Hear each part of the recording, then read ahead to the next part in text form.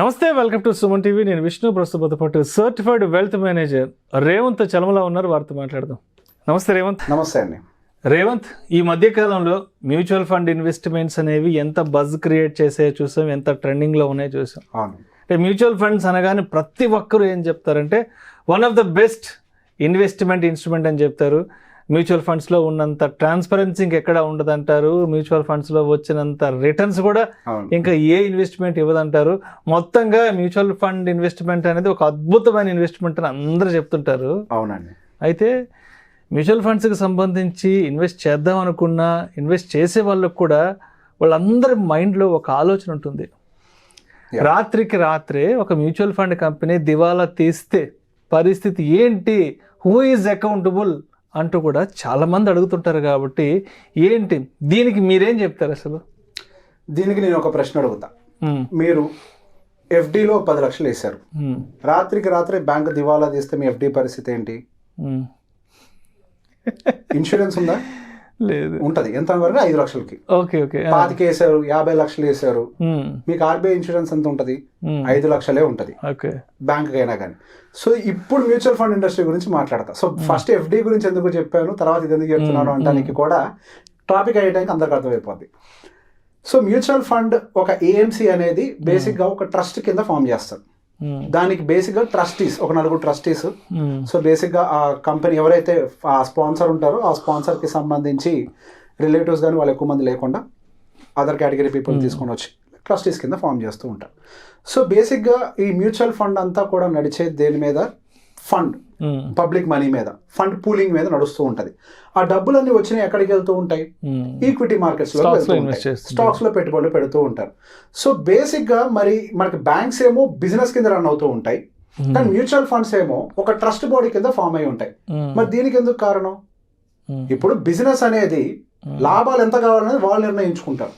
ఒక బ్యాంక్ వడ్డీ రేట్లు ఎంత పెట్టుకోవచ్చు అనేది ఆర్బీఐ గైడ్ లైన్స్ తర్వాత వాళ్ళు ఎంత పెంచుకోవాలో వాళ్ళ ఇష్టం. ఒక్కొక్క బ్యాంక్ ఒక్కొక్క వడ్డీ రేట్ ఉంటుంది, ఒక్కొక్క బ్యాంక్ ఎంత ఇవ్వాలి వాళ్ళ రూల్స్ అంటే వాళ్ళ ఇష్టం. కానీ అదే మ్యూచువల్ ఫండ్ విషయంలోకి వచ్చేసరికి ఎంత లాభం ఉండాలో కూడా వాళ్ళు డిసైడ్ చేసుకోవడానికి లేదు. ఎందుకు?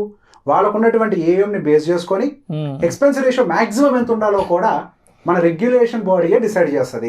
సో బేసిక్ గా ఇక్కడ మ్యూచువల్ ఫండ్ హిస్టరీ అంటే మ్యూచువల్ ఫండ్ ఇండస్ట్రీ అనేది మనకి కంప్లీట్ గా వాళ్ళ ఇష్టారాజ్యంగా నడపడానికి ఉండదు. కంప్లీట్ గా గవర్నమెంట్ రెగ్యులేషన్స్ ఏవైతే ఉంటాయో వాటి ప్రకారం మాత్రమే రన్ చేయాలి. ఎంత డబ్బులు తీసుకోవాలి కూడా వాళ్ళు నిర్ణయించుకోవడానికి ఉండదు. సో బేసిక్ గా మ్యూచువల్ ఫండ్ లోకి ఒక ఇన్వెస్టర్ డబ్బులు వేసినప్పుడు అది మ్యూచువల్ ఫండ్ హౌస్ నుంచి విత్ ఇన్ నో టైం, అది తక్కువ టైం అని అంటే 1-2 గంటలు కాదు, మేబీ ఒక 3-4 డేస్ టైం ఫ్రేమ్ లో వాళ్ళు ఈక్విటీ పర్చేసింగ్ లోకి వెళ్ళిపోవాలి. అంతేకాని ఆ డబ్బుల్ని తీసుకొని వాళ్ళు పర్సనల్ యూసెస్ చేయడానికి ఉండదు. ఎందుకు అని అంటే ఆ అకౌంట్ కి వాళ్ళు కస్టోడియన్ గా మాత్రమే ఉంటారు. That amount is allowed to transfer into the equity markets or to the investor. So basic గా ఒక మ్యూచువల్ ఫండ్ ఏఎంసీ, ఒక ఫండ్ కి ఓనర్ ఎవరు అని అంటే ఇన్వెస్టర్స్. ఓకే, మధ్యలో చాలా మంది ఉంటారు, అదేంటి ఎండీలు ఉంటారు, సిఇఓలు ఉంటారు, ఎక్స్వైజర్ చాలా మంది ఉండొచ్చు కాక, కానీ ఫైనల్ గా ఫండ్ కి ఓనర్ ఎవరు అంటే మాత్రం వీళ్ళు, అక్కడ కంపెనీ కాదు. ఎందుకు? అది ఒక ట్రస్ట్ కింద ఫామ్ అయింది. ఇక్కడ పెట్టుబడి అంతా పెట్టింది ఎవరు? షేర్ హోల్డర్స్ ఎవరు? వీళ్ళు. సో బేసిక్ గా ఒక ఏఎంసీ, ఒక ఫండ్, ఫర్ ఎగ్జాంపుల్ ఏదో ఎక్స్వైజెడ్ లార్జ్ క్యాప్ కంపెనీ అనుకోండి. ఆ లార్జ్ క్యాప్ కంపెనీ ఏం చేస్తుంది?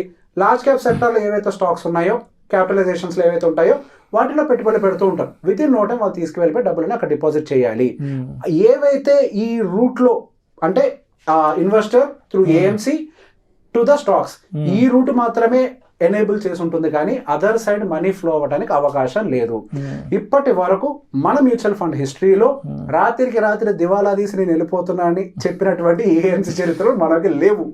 That is the most uncommon thing. అంటే జరగడం కూడా అసాధ్యం. ఎందుకు? మన రెగ్యులేషన్ ఫ్రేమ్వర్క్స్ కూడా అలా ఉంటాయి. ఇన్ కేస్ ఒకవేళ ఒక ఏఎంసీ మూసేసే కండిషన్కి వచ్చింది, వాళ్ళకి డబ్బులు అంటే వాళ్ళకి వచ్చేటువంటి ఎక్స్పెన్స్ రేషియో సరిపోవట్లేదు, ఆ ఎక్స్పెన్స్ రేషియో వల్ల వాళ్ళకి అప్పులు అవుతున్నాయి, సో వాళ్ళ మూసేయాల్సిన కండిషన్కి వచ్చింది. అప్పుడు 2 ఆప్షన్స్ ఉంటాయి. ఒకటి, ఆ రోజు ఉన్నటువంటి ప్రైస్ కి అనుకూలంగా ఎసెట్స్ అన్నింటినీ అమ్మేసి డబ్బులు ఇన్వెస్టర్స్ కి ఇచ్చేసిన తర్వాత వైండప్ చేయాలి. ఎసెట్స్ అంటే ఏంటి? ఇక్కడ స్టాక్స్.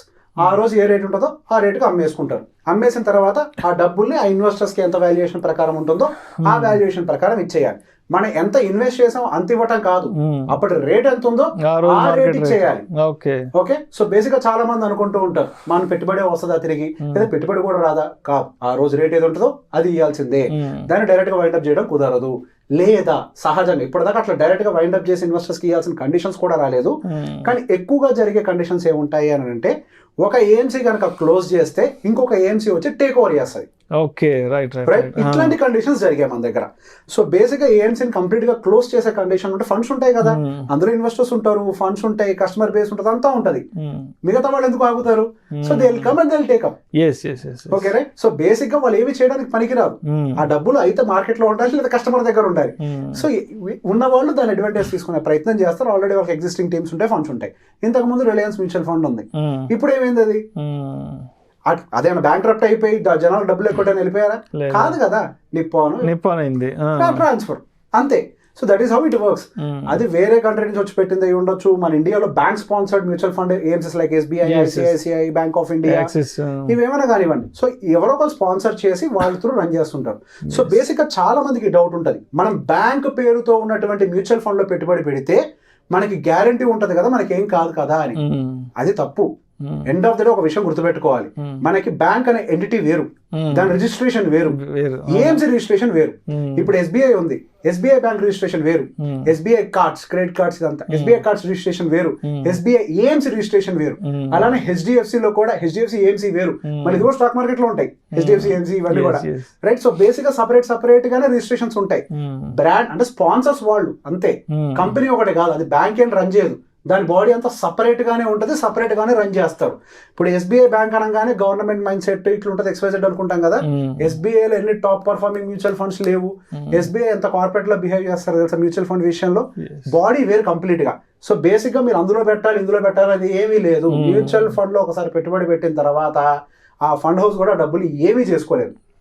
ఎస్, ఒకవేళ మూతపడ్డప్పుడు రిడీమ్షన్ కంట్రోల్ ఆపుతారు. ఎందుకు? ఐదర్ వాళ్ళు దాన్ని అమ్మేయాలి, లేదా ఏదో ఒకళ్ళు వచ్చి టేక్ ఓవర్ చేయాలి. సో దానికి రిడీమ్షన్ అవుతుంది కొన్ని రోజులు, మీ డబ్బులకి ఏం కాలేదు. ఏదో ఒక ఏఎంసీ వచ్చి టేక్ ఓవర్ చేసిన తర్వాత ప్రతి ఒక్క డీటెయిల్ మళ్ళీ కస్టమర్ కి అప్డేట్ చేస్తారు, ఇన్వెస్టర్స్ కి. పలానా ఏఎంసీ వచ్చి దాన్ని టేక్ ఓవర్ చేసింది, కొత్త మేనేజ్మెంట్ టీమ్ ఇది, దీని ఫండ్ మేనేజర్ వీళ్ళు, మేము పలానా టీమ్ తోటి వెళ్ళాలనుకుంటున్నాం, మా ఇన్వెస్ట్మెంట్ స్ట్రాటజీ అని చెప్పి మీకు అప్డేట్ కూడా చేస్తారు. ఆ తర్వాత ఉంచుకుంటారా అమ్ముకుంటారా మీ చాయిస్. బేసిక్ గా ఫండ్ కి అయితే ఏం కాదు. Right, thank you so much Revanth. Thank you అండి.